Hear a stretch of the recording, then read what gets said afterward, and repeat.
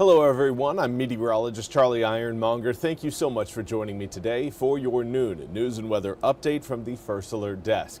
Now we've got news out of both Craven and Carteret counties about a high-speed chase that happened recently. North Carolina State Highway Patrol says 41-year-old Philip Schultz of Onslow County took law enforcement officials from both Carteret and Craven counties on a chase around 9 p.m. yesterday. Warrants say Schultz was going 104 miles per hour in a 55-mile-per-hour zone on Highway 70 with a revoked license. The Highway Patrol says Carteret County deputies and Newport police officers were involved before troopers in Craven County joined the chase. Schultz was taken into custody after troopers say a pit maneuver was used to end the chase. He is facing charges in both Craven and Carteret counties. For a full list of those charges, you can head over to our website, WITN.com. Schultz is facing a total bond of $55,000 from both counties and is in the Craven County Court this morning. He will then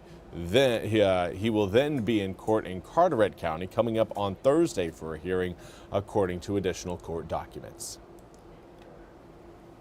And now we want to turn our attention to the deployment of troops across U.S. cities. NBC's Garrett Hake has more on the latest. Overnight protest outside an ICE facility in Portland, while President Trump was dealt another legal setback. A Trump-appointed federal judge had already blocked the president from using Oregon's National Guard to address protests in Portland. The administration then ordering 300 troops from California to the city. But overnight, that same judge, in a rare emergency hearing, temporarily blocking Trump from sending National Guard members from California or any other state to Portland. The president speaking earlier Sunday. Portland is burning to the ground. You have agitators, insurrectionists. The city's police chief says the protests are contained to a single city block. Oregon's governor says troops aren't needed. There's no need for military intervention in Oregon. There's no insurrection in Portland. There's no threat to national security. Just hours before the judge's ruling Sunday night, the Trump administration had also turned to troops from Texas, ordering 400 members of the Texas National Guard to Portland and to Chicago, where the Illinois governor said in a statement, quote, "We must now start calling this what it is, Trump's invasion."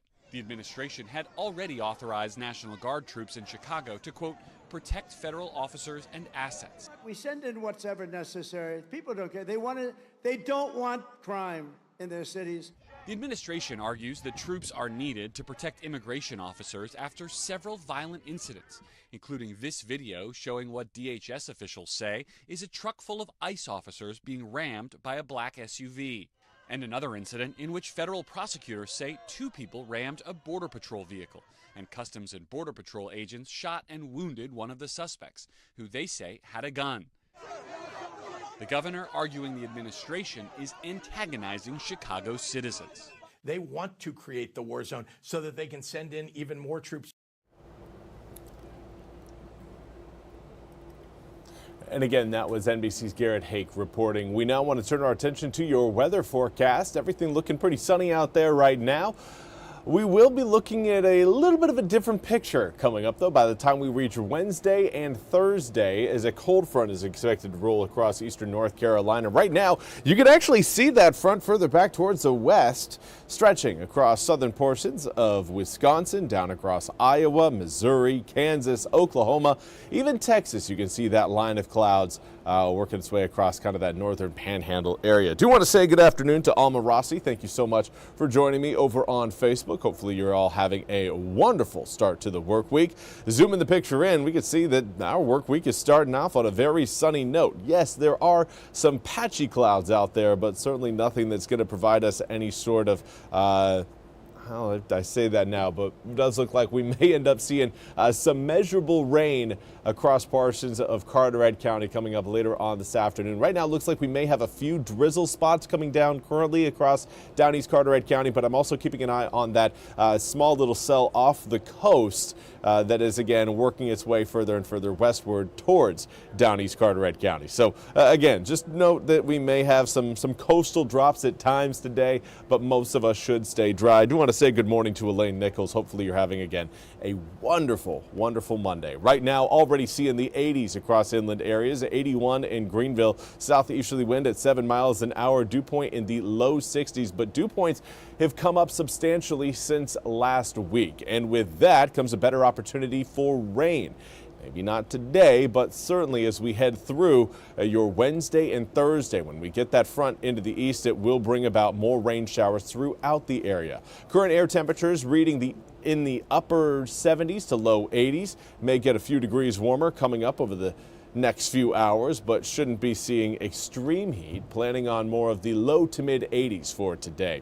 Winds out of the northeast for the northern Outer Banks, coming in a little bit more easterly across areas in Kenansville, Kinston, New Bern, and Washington and Greenville.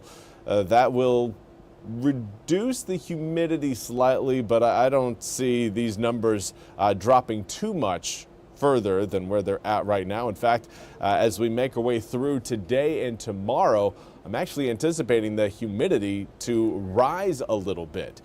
Maybe not a ton, but rise enough to create a better opportunity for rain as we head into your Wednesday afternoon to Wednesday evening. For this afternoon, though, highs in the low to mid 80s, 83, 84 degrees marks your high for today. Clouds will stay thin and broken.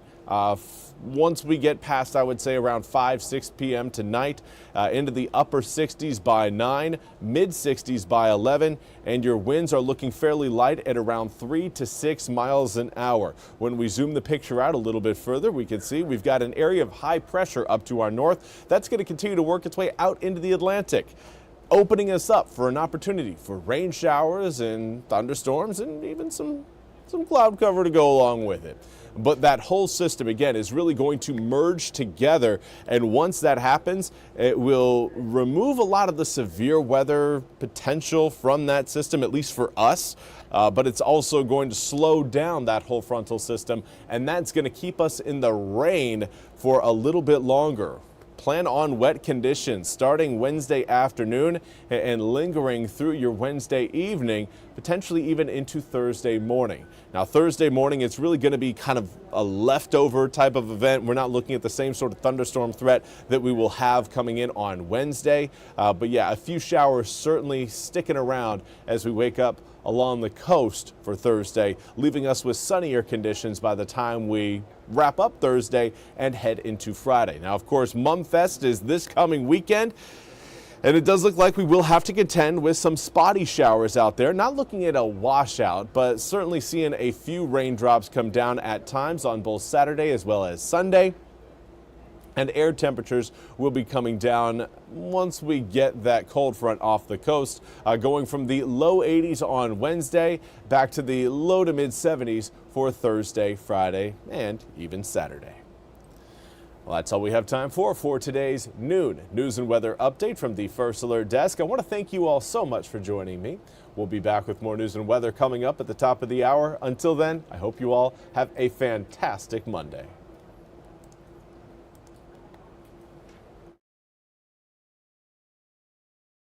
This hour of the WITN First Alert Desk is sponsored by Supreme Choice.